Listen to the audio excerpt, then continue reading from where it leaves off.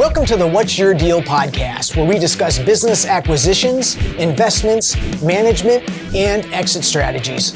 I'm your host, Matt Uhler. Let's dive in.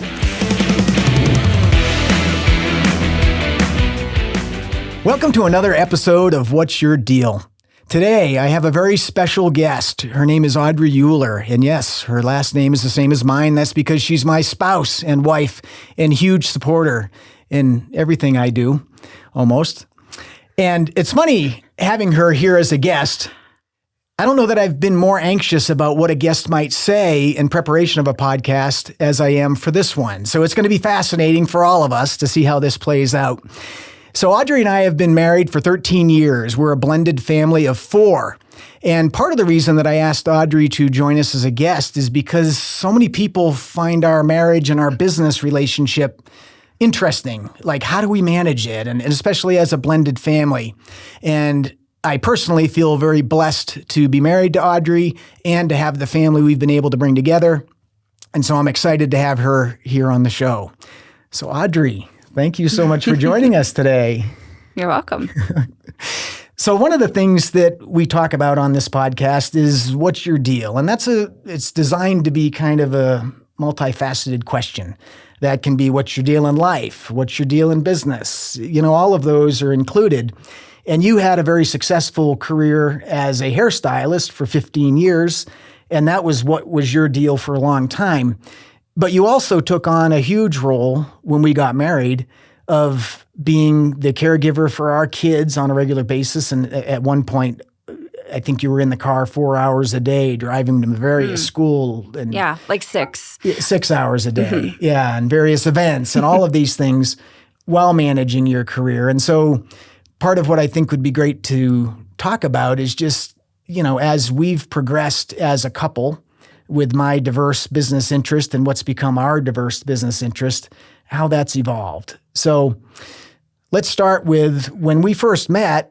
I owned a handful of businesses and had been self-employed for 25 or more years. And that was probably unique for you to jump into that world as opposed to being in a 9-to-5. So can you share some of the thoughts and some of the things that you had to adjust to when it came to us merging as a couple and being married to somebody who was so full-time in business and especially at the time, you know, that was right around the time of what we call the Great Recession, you know, 8, 9, 10.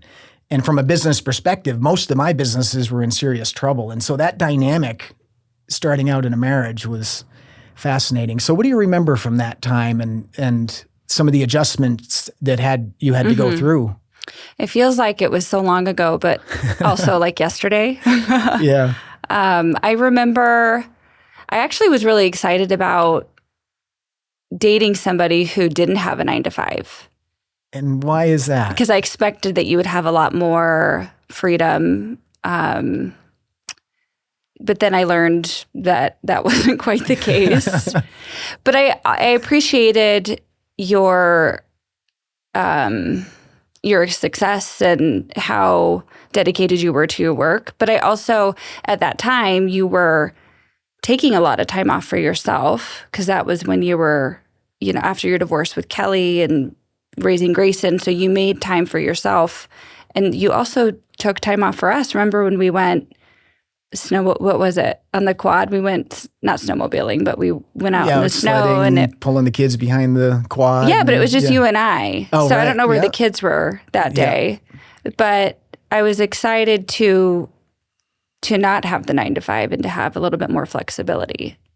Yeah, well, it's an interesting point because I've always felt like as a business owner, I've been able to create the flexibility I need, but yet it also comes with needing to get the result in business to take care of providing. And again, it'll be, I really believe that part of the reason people asked to have you as a guest is because this is the kind of stuff that they want to understand. And one of the things that happened when we joined is you had 2 kids, I had 1, and shortly after we got married, we conceived. And so from a provider perspective, man, I started putting my head down and diving into like, I got to provide for a whole lot more than I was accustomed to. And that also kind of changed some of the feeling for me about flexibility and free time. Yeah. And yeah. Well, and it was quick. So we dated for a year, and then we got married at 1 year, and then pregnant with Hudson right away. So that kind of freedom and flexibility that we had when the kids were with their other parents changed quickly as well. And then, but so many dynamics in our life changed. We bought a new house. We were going through a lot of financial strain at that time. We quickly had 4 kids, and the flexibility just wasn't there as much as it was before. And then I quit working, so that added to the pressure for you. And I realized, you have to work even when we're on vacation. Yeah. Well, and it's, as I think back to that time, so many couples when they get together, and granted, there's more and more blended couples all the time, which I think is why this is hopefully helpful to the audience. But we didn't have that period of time where, we just went and had fun and did whatever we wanted to and worked on our careers for 5 years and then conceived kids. I mean, it was game on day one. And I think from a perspective of what's your deal, for our audience at the time, I was in the middle of a lawsuit that one of my agents had created, but as the designated broker of the firm, it was my issue. Right. I had a spec home at a time when spec homes were not selling well. I forgot about that one. I know. I had, I think at the time, 4 businesses that were all not profitable. Right. And we had just bought what we knew would be our dream home with some effort and remodel, while we still had our other custom-built home. So yeah, it's, as I'm recalling, it was an amazing time in my life because we were merged in our family. The family I always wanted was together in one. And from a need to provide, and I think you would agree, I take my commitments very seriously. It was a stressful, it was an amazingly joyous and very stressful time trying to take care of business and commit to our life the way I wanted to. It kind of feels like a blur a little bit because it was so long ago, but we really just powered through it. Yeah. But yeah. And I was a single mom for 7 years before we met. So I worked at times 7 days a week. So I feel like I understood that you had to work too. And I don't think you working so much it's been an area of conflict in our marriage, but not a breaking point. It hasn't, I feel like I do pretty well with it, honestly. Well, you do.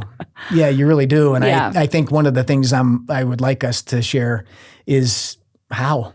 Because for so many people, money can be a huge issue in their marriages. Right. Work can be another huge issue. And we've come up with some systems and ways of ideally allowing me to do what I love, which is work, but also take care of our family, which is work financially. Right. And you feeling cared for and heard, and us carving out enough time for each other is, those are tricky. So,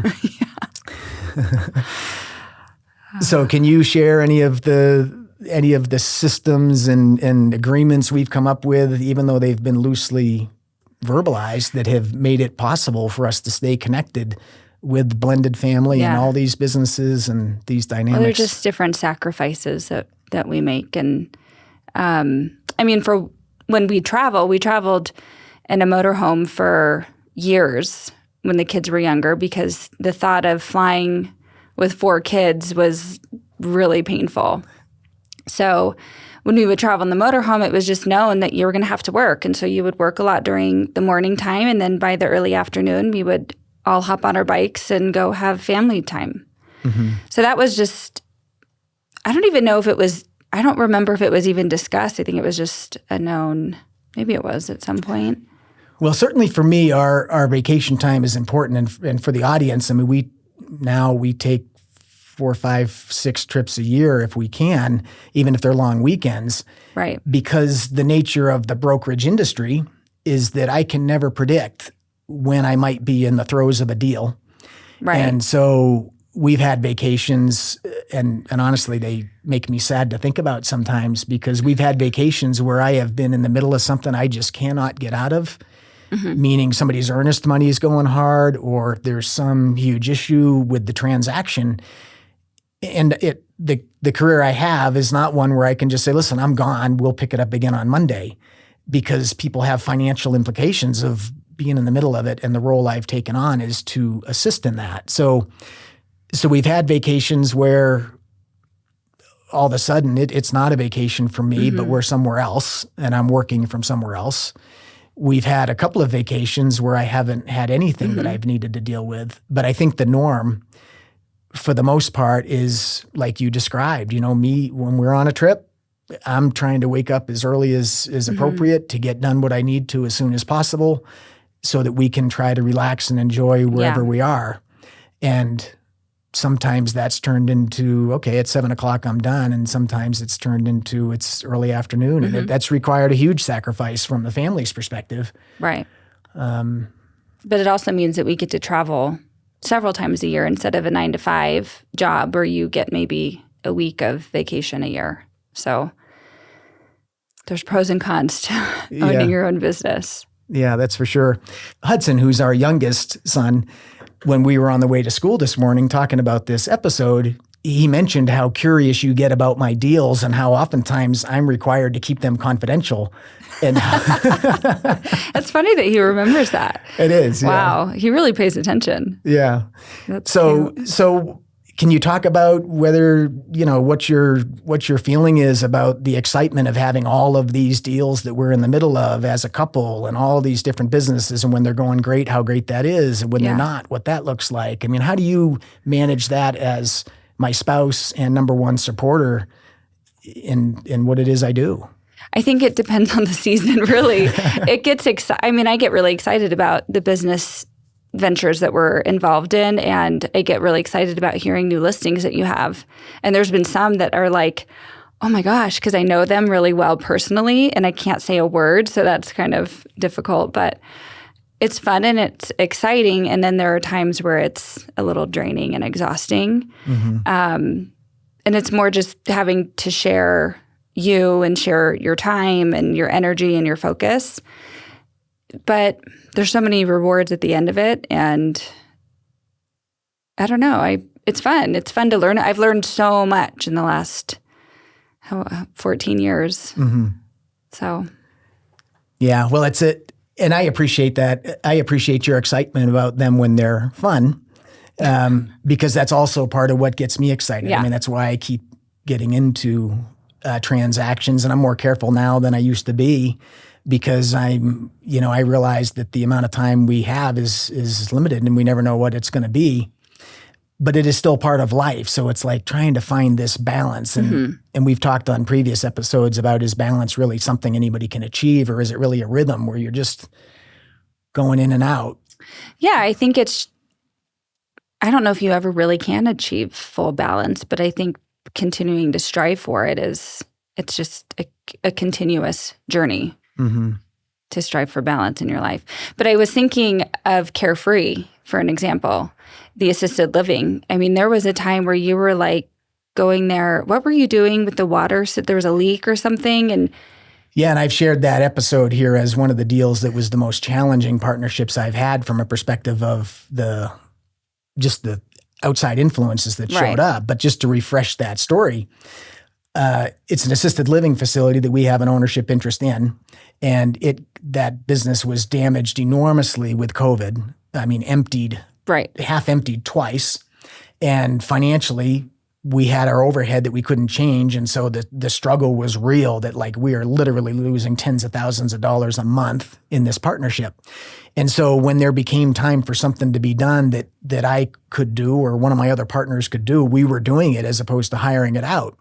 And so the example you're giving is when we had, I mean, it's really ridiculous, frankly, but we had this pond building on the property. outside, and the pond wouldn't go away. And and it turned into a swamp, which is not great for business. And so we called out a plumber, and we called out an landscape irrigation guy, and all these people to try to figure it out. And without spending a ton of money on them, putting on scuba gear to go in the swamp to figure it out, we just decided, my business partner Daniel and I figured out we had to deal with it. And so what we did was brought a sump pump up there, dug a hole deeper than where we thought the leak was, and started pumping it out. But when you say we, wasn't it just you? Well, it was Daniel and I most often, but for me and the we, it was an hour and 20-minute drive there. And I just remember wondering, like, why can't you just call somebody? Well, and it was really driven by financial, because nobody else wanted to literally dive into it to the same extent we were willing to. But the humorous part of it is that we found the leak, and we stopped the leak, and we had it fixed. And then the pond showed up a week later. And it was because there were faulty fittings, like from the manufacturer. So literally, not only did we do it once where I'm, shoulder deep in a hole full of mud trying to save this assisted living facility from spending more money than it had, but then the next week the pond's back. So then we're digging it back up again and moving further down the line to find that it's literally 3 faulty fittings.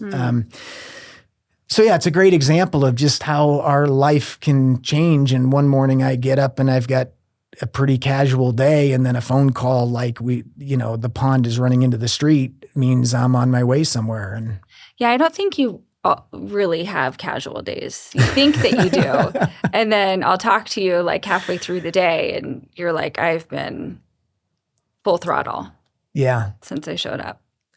Well, I think that's true, and probably self-induced true, because with the volume, it's like a volume issue, that's all. Well, I think, too, you don't just also show up at the office to work. You're working at home sometimes starting at 4 o'clock in the morning or earlier. Now you've gotten much better at being able to sleep in. But you start your morning with work, you go to work, and then a lot of times you come home and you work from home. Mm-hmm. So it's not even close to a 9 to 5. Right.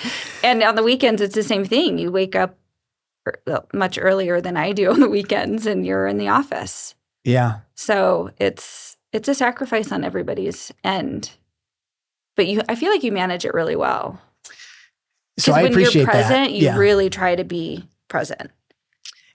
Well, and that's something I've worked at to try to be able to do. But so how do you manage that? I mean, you've... Sometimes not very well. But I think for the most part, I think of overall in our relationship, I've managed it well. And there are times where it's like, okay, can we just walk away for 5 minutes? Or I always say, can you just sit on the couch and like watch a show? And I don't sit on the couch and watch a show very often either, but I just want you to. For a few minutes. For a few minutes. I don't want you to be a couch bum, but. Yeah. Well, there's a fine line, but I guess the dynamic is, and what's our deal?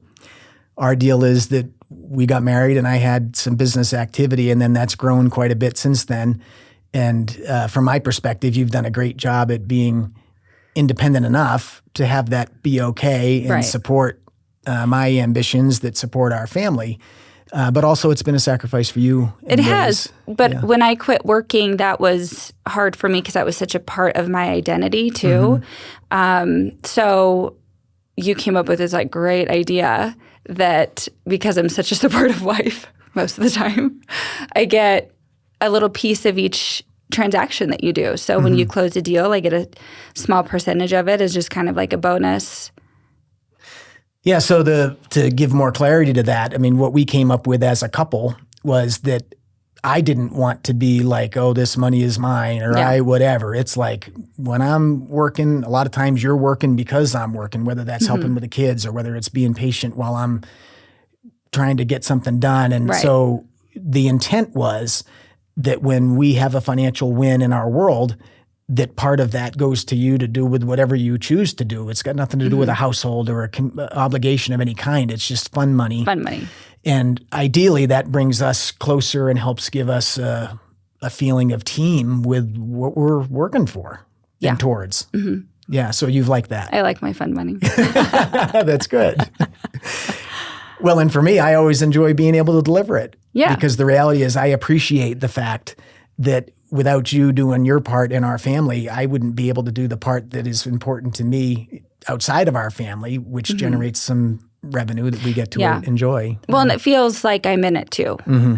Because I feel like I am in it, even though you're doing all the contracts and all the work. I mean, that's what we talk about. I mean, most of our conversations are around your work and around what you're doing and our businesses. And so I get to enjoy all of it. That's great. So we're at an interesting stage of our life where we've got 3 of our kids that are grown and have moved into their own, they're outside of our house.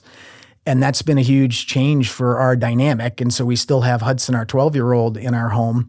But I'm aware of this feeling for both of us, like, okay, things are different now. And what is that going to look like?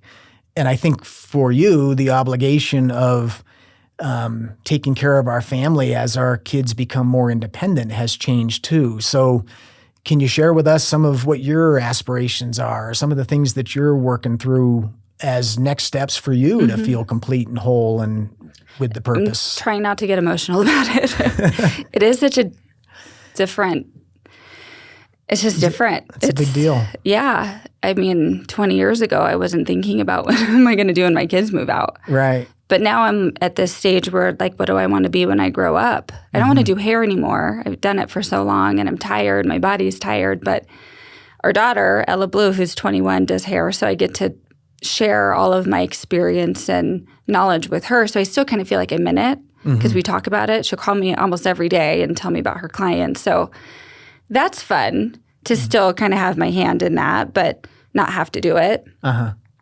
So I don't know. It's just such a different season of life that I was not prepared for. I don't think anything can really prepare you for it. And I'm excited to have a lot of the focus on Hudson because I didn't really get to have that with the older kids when they were younger because I was working a lot. But I also still want to do something on my own. So right now we're looking at buying a business together and with our oldest son. I'm really excited about that because then I still have that time with Austin, but also feel like I have something kind of on my own.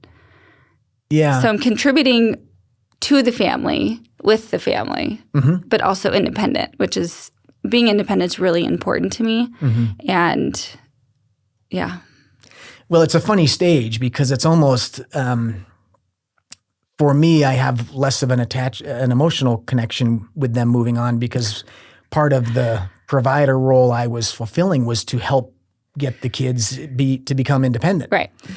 And maybe that's a guy thing where it's more black and white, or maybe it's a provider thing. I don't know. But I think as the, I'll use the term caregiver that a mom is, it's a different relationship with our kids. And so what I've seen watching you is that there's almost this blank canvas now to be like, wow, business ownership could be fun. And here's what I would want it to look like. And especially if we can do that with our older son and I can contribute with what I can bring to the table to help, but it's something that you'll spearhead. And then I've also seen other like, well, maybe I want to go to school or maybe I want to do this. And it's just it's a great opportunity to recreate another phase of life, but it does come with letting go of the old part of life. And so I see a back and forth. Right. I have a lot of ideas. I've come up with a lot of ideas throughout the years. And most of them I feel like we're like startups, or I want to open this, or I want to do this. And you're always like talking me back down to earth. And I haven't been super receptive on the startup? No. That's shocking. And I understand why, because you're very logical. I feel like I'm a dreamer and a visionary, and you're very logical. So I get it. And it helps me realize why a lot of these would never work. Yeah. I mean, like owning a coffee shop is like, just sounds so fun. I worked in a coffee shop when I was younger, and it was one of my favorite jobs. But I don't want to have to work in a coffee shop at 4 or 5 a.m. And if my employees don't show up, then it's all on me. And so you've helped me realize a lot of that stuff. Well, that's great. Yeah. And I also, I appreciate that I'm not such a dreamer. I am so logical Yeah. that it's fun to have you dream at times as long as it doesn't scare me. Well, most of my dreams scare you. The startup, especially. But it's one of the things that I talk about in the trainings I give are about desired end state and things like that. And so what jumps into my mind when you talk about what you might want to do next for a business is, well, how is that going to impact our ability to vacation the way we want to vacation, or how we've talked about fitness centers because we both love fitness. Right. And then the idea of a fitness center that opens at 5 and somebody doesn't show up means that we're not with Hudson on that morning because we're at the fitness center. And so there's all these aspects about owning a business that we've had to carefully consider, especially at our age in life, because it's not just, well, let's try it and see what happens. I mean, we're really trying to design our retirement years in a way that we don't jeopardize them. And that unfortunately has me pulling the rope back in. I know. And when you say that means going to work without Hudson. In my head, I'm like, he's just coming with us. And he'll end up just working there too. And that could be amazing. Yeah. And it actually might be what happens, right? As we're trying on all of these different opportunities that are in front of us for what might fill your soul in this way. Yeah. We're looking at them. Well, and like the specific business, I can't really probably talk about what business this is that we want to buy, but you were really on the fence at first. I mean, you were the one who said this, you might be interested in this, which was a little shocking actually for the business that it is, that you thought I might like it. But then once I started visualizing it and thinking about it, and like I can visualize what it could look like. Yeah. And then once I shared that with you, you got a lot more excited about it too. So I feel like we balance each other out in a lot of ways.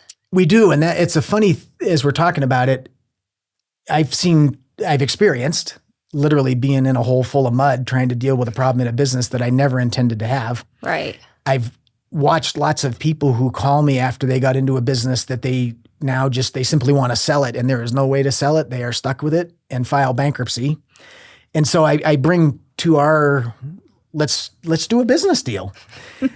All this history of like all the what ifs and what can happen and the negative. And so, I never want that to be a wet towel on your vision or your ideas or other people for that matter. And it is a gift that I've had all of these experiences to bring to the table to try to make sure to the best of our ability that we get what we intended as opposed to something that's not what we intended and becomes a stressor in our relationship. Right. Well, and the only business experience I personally have is my hair business. And I only had me. So that was easy. I can run my own business really easy with just me. But. Yeah. Well, and the challenges that come with business are I've always learned from them and benefited from them, but I guess it's the stage of our life I'm at. To me, they are much more measured now because I'm not interested in rolling the dice or taking a huge step back. It's like to the best of our ability, I want it to add to our experience and enjoyment as opposed to be something that causes a challenge for us. And so it's a fine line. So maybe you can talk about how you've found rhythm and balance in light of this dynamic where most evenings I'm home, but like you alluded to, I start early and try to get a lot done. I've got flexibility during the day to be involved with stuff that we want to do or Hudson School or whatever, but it is an all-consuming world, and so that leaves you with finding rhythm and balance in your own life in partnership with me. I think it helps that I like to be alone too. I mean, I'm an independent person. And so not that I am alone a lot, but I am now actually, now that all the kids are gone and Hudson's at school. So I'm pretty good about keeping myself busy. And I mean, my balance really starts with exercise too. That's created a lot of balance in my life, mentally, physically, emotionally. So I would say that that's a huge contributor and a stress release for me. But also just knowing that, I mean, we've been doing this for so long. I just know that this is the way it is and I keep myself busy. But I also communicate, I think, pretty effectively. Not always favorably, but Yeah. This is one of the points that I just shake my head. Yes. yeah. Yeah. Yes. Well, I said not always favorably. Yes. I do share pretty quickly how I'm feeling, it's not, the delivery is not always great, but I feel like the communication, I'm good about saying like, this is what's going on. And so I think that helps, even though it's not always pretty. Well, it does help because it allows us to not build up resentment. Yeah. And you're very good at being able to say, wow, something's not feeling right, or I don't feel good about this, or whatever. And so it helps us to clear that plate then, as opposed to pile it high Right. and then have broken plates. Yeah. Yeah. And we've been through that too. We have. Yeah. Do you want to talk about one of those or no? Okay. No. I mean, we've definitely have gone through like shoving things under the rug and not facing it. Yeah. And, at the right time, and then it comes. I mean, it just always comes back out. I think I've learned at my advanced age that there's no way to. I mean, it's there, and so it's either deal with it effectively individually or as a couple. Otherwise, it's not going anywhere. And I think to that point with the family that we built, there's so many distractions that are opportunities to not have to deal with those kinds of things. And our relationship becomes part of many in our family and in our house as opposed to just you and I. And so there's a lot of opportunity for dilution with the volume of kids. Yeah, there is. It's just crazy, though, how much it's changed in such a short period of time. Yeah. I mean, we could have a whole podcast on just the dynamics of a blended family. Which I would love, honestly. Yeah, that would be fun. But it is, I feel like we're so blessed in the situation that we had.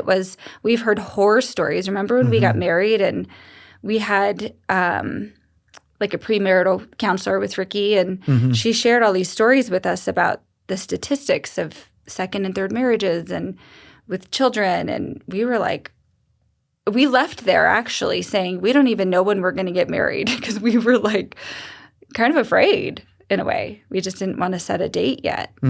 And then a couple sessions later, we set a date right away. But well, it's true. There's and a lot of dynamics with blended families. Huge. And I think just frankly, I mean, we had the benefit of we both gave our life to the Lord.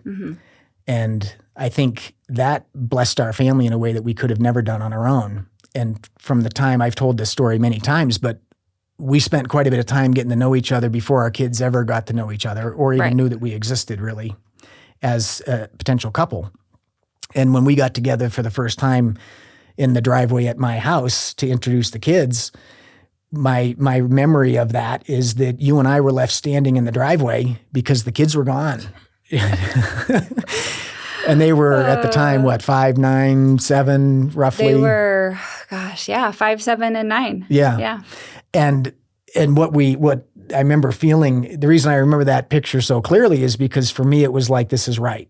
Yeah. And our kids have been that bonded ever since. And when people see pictures of our family, they don't know we're blended oftentimes unless they know our story. I mean, literally our kids became one, and then we added Hudson. Which kind of was like the glue. The cherry on top. Yeah. He brought everybody together, but they never called each other Step. Right. And they're all best friends still to this day, which is really amazing, actually. Truly. Yeah. Yeah, and just to give a little more color to the dynamic we keep referring to is that our oldest son and Grayson, who's Ella's in the middle, so our 23-year-old and our 19-year-old are now roommates in their own home. And Ella's wishing that she could be a roommate with them. And so it again, just a huge blessing from a family dynamic standpoint that we were able to have our kids with us almost all of the time, and to raise them in our household and raise them the way with the values we felt were important. And it would have been very different it could have very easily been very different. So let me ask you a question. Being such an amazing visionary and dreamer, what do you see, where would you like us to be in the next 10 years? What does our life look like as Hudson becomes, independent, and it's just like us designing our life. What does that look like? I don't know if you want to know the answer. I know. You want me to share that answer? Do we have Kleenex anywhere? Oh, yeah. gosh. Anyway, no, please go ahead, share. I want to hear it. I love your vision. Well, I think we have the same vision. We were talking about it this morning, but I would love to live near Rosemary Beach, Florida. Okay. And I would love a home here, but I also would love a home in Colorado. So that's my desired end state. So I'll buy another business. Yeah. Yep, to help fund that. Yeah. Right. And I'll become a real estate professional. Yeah. Yeah. That's a tax plan, by the way. Anyway, so another conversation. Yeah, part of desired end state, which is what we're talking about with your vision, is just that feeling. So what's the feeling of that? What is it about that? Peace, I think. Oh, yeah. I love it. Yeah.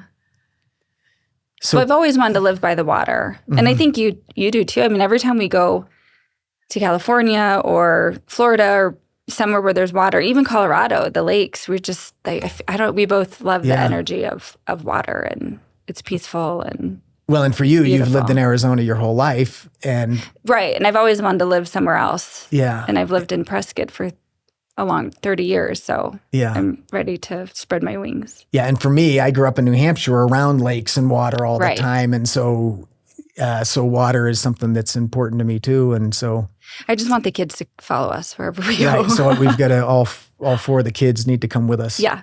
I already have most of them on board. That's good. So. Well, and you've given them 10 years to be ready for it, which is great. Yeah. Well, 2 of them want to live in Colorado. Okay. So Austin and Ella want to be in Colorado, and we would love to be in Colorado. Well, and one of the things, as my logical brain kicks into this, I know part of our desired end state as well is grandkids, and being able to nurture them and contribute into their life in such an amazing way that I can't wait to do. And so that'll be a wild card as well. Yeah. I mean, when do they enter our world, and where are they at the time, and what does that look like? It's so weird to think about. I know. I mean, it could be any day. It's not going to be, thank God. Right. But the ages that they are. Yeah. 23. Yeah, statistically, it could be any day. Right. I'm glad Ideally, it's not right now, but I'm excited for it. It'll be some other day. Yeah. Yeah.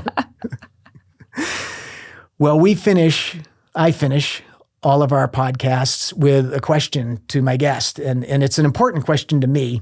I sometimes wonder if our audience gets tired of hearing it, but to me, it's such an important question because it helps bring me back to my roots, and also bring the people that are guests of mine back to the roots. That I am so grateful for all of the people that helped me get to where I am in life, right? Whether that's been business or personally or maritally or I don't ever want to lose sight of that. And so one of the questions I ask people is, who in your life has given you a hand up when you needed it, has given you encouragement, maybe when you weren't feeling so confident on your own, that helped you to create the life that you have now and to become the person you are now? Mm-hmm. I feel like there's a handful of people that have had huge impact on my life and have been great role models and helpful, but I feel like when it comes to business, it's you. I mean, I would have to say you.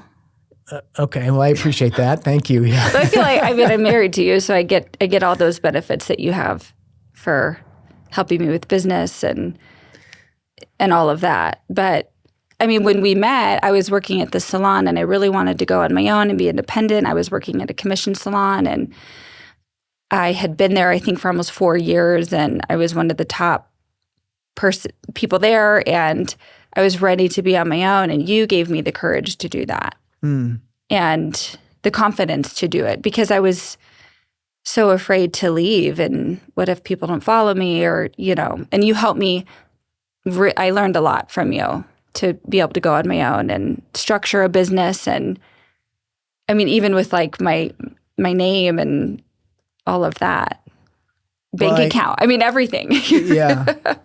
Well, I appreciate that, because I certainly, it's what I do naturally as a career, but I also, in the desire to be a supportive husband and have you have a purpose that feels good to you, so you get to feel what I feel with all of these things that I get to sink my teeth into. That was certainly my objective. So I'm glad to hear that. Well, it has been amazing to have you here. And part of what I love about it, frankly, is I love sharing our relationship with the people who find it interesting, but also just the times that we get to merge and what it is I spend my day doing. I've always enjoyed, whether it's you coming to the office for some reason or to help with something, or literally today being a guest on the podcast. So thank you so much, and for sharing your heart with our audience. You're welcome. Yeah. Well, I hope you've enjoyed that. Again, a little different twist on What's Your Deal, but a twist that's personal to me and a dynamic that's real in life. We all have our personal components to what makes up our life. And so I hope you've appreciated this and look forward to seeing you on the next episode. And that's a wrap on today's episode. We hope you enjoyed the conversation and got some valuable insights into the world of buying and selling businesses. Want to be a guest on our show? If you have a deal that you'd like to discuss with us or a business story to share, we'd love to hear from you. Shoot us an email using the contact information below in the episode notes, and let's make this happen. Never miss an episode. Make sure you subscribe on Apple Podcasts, Spotify, or wherever you listen. And if you found today's episode helpful, please leave us a review. It helps more people like you find the show.